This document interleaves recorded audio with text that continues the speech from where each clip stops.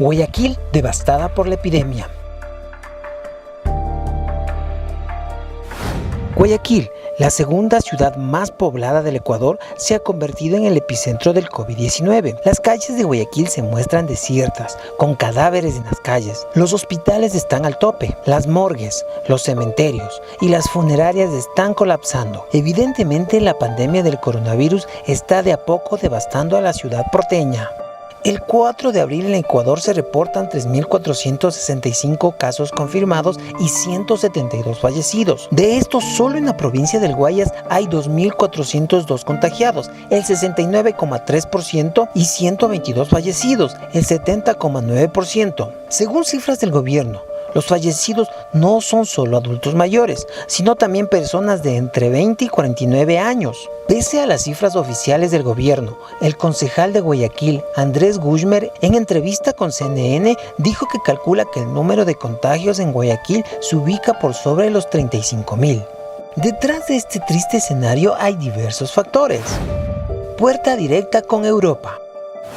La pandemia ingresó como Pedro en su casa a Ecuador, pero sobre todo al puerto de Guayaquil y al aeropuerto internacional José Joaquín de Olmedo. Caso cero llegó proveniente de Madrid, una mujer de 71 años que vino de España el 14 de febrero y a la que sus familiares le hicieron una reunión de bienvenida. A la fiesta fueron 31 invitados. La familia se enteró a través de la prensa que su familiar era el caso cero del nuevo coronavirus en el Ecuador. El 22 de febrero la anciana fue hospitalizada en Guayaquil.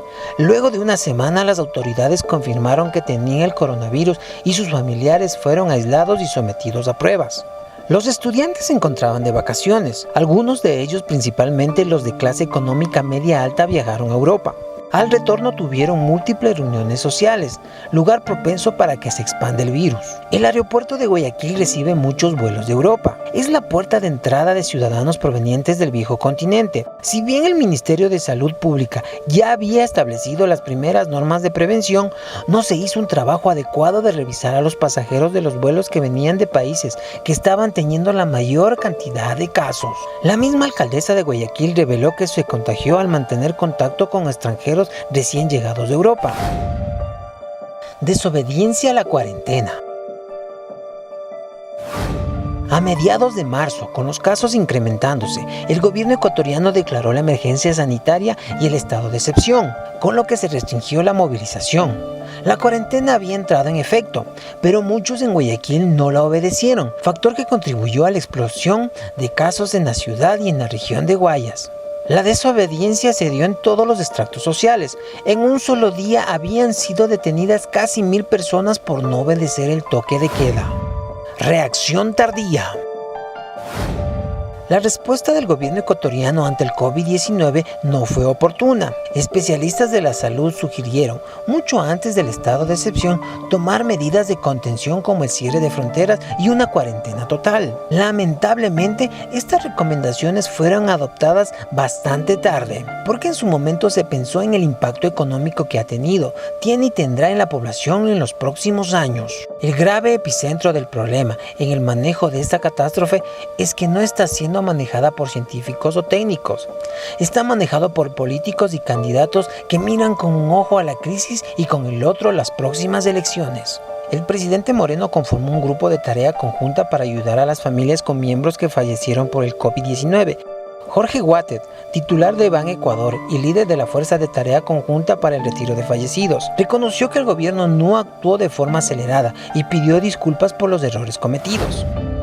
Esconder la realidad. El gobierno quiso tapar el sol con un dedo, pero la realidad era innegable. Ante la desesperación desde diferentes redes sociales, los ciudadanos empezaron a pedir ayuda. Las colas inmensas en los cementerios, cadáveres que llevan ya 7 días sin retirar, el dolor que viven cientos de familias y la ciudadanía fueron replicadas por cadenas internacionales. Liliana Triana, representante del Colegio de Enfermeras del Guayas, denunció que en los hospitales públicos no reciben todos los insumos de protección para realizar sus labores.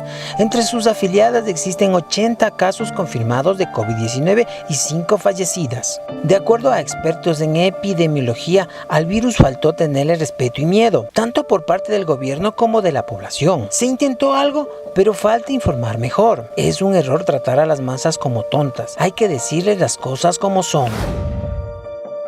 ¿Qué se puede hacer?